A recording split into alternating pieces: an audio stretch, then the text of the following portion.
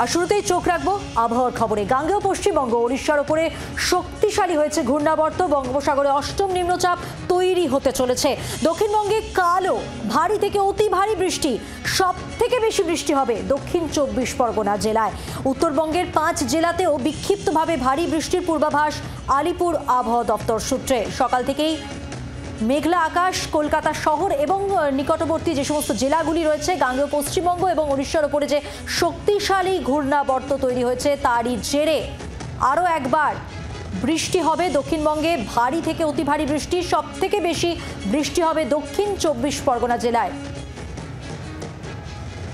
সরাসরি কথা বলবো, প্রতিনিধি অয়ন ঘোষাল রয়েছেন। অয়ন, এখনো পর্যন্ত আবহাওয়া দপ্তর সূত্রে কি জানা যাচ্ছে? আগামী কয়েকদিন কি পূর্বাভাস?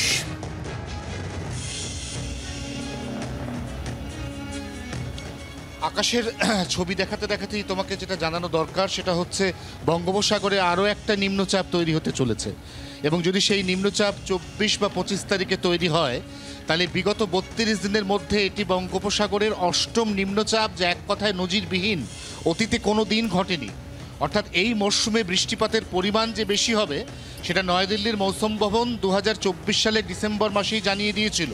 কিন্তু সেই বৃষ্টির পরিমাণ কেন বেশি হবে তার কারণটা কিন্তু এবার বোঝা যাচ্ছে।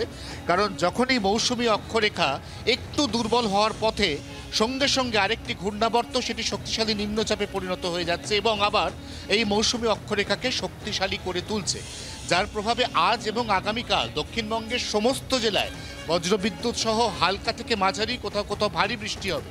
দক্ষিণ 24 পরগনার সুন্দরবন লাগোয়া কোনো কোনো এলাকা সেখানে অতি ভারী বৃষ্টির পূর্বাভাস রয়েছে।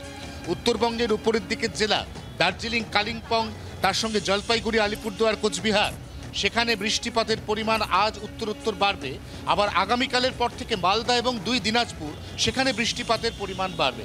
অর্থাৎ একযোগে উত্তর এবং দক্ষিণবঙ্গে নিরবিচ্ছিন্ন বৃষ্টি আগামী সোম মঙ্গল পার পর্যন্ত চলতে পারে, এমনই পূর্বাভাস আলিপুর আবহাওয়া দফতরের মধুবন্তী। ধন্যবাদ অয়ন। সরাসরি কথা বললাম প্রতিনিধি অয়ন ঘোষালের সঙ্গে। বাংলার আওয়াজ, বাঙালির আবেগ, জি 24 ঘন্টা।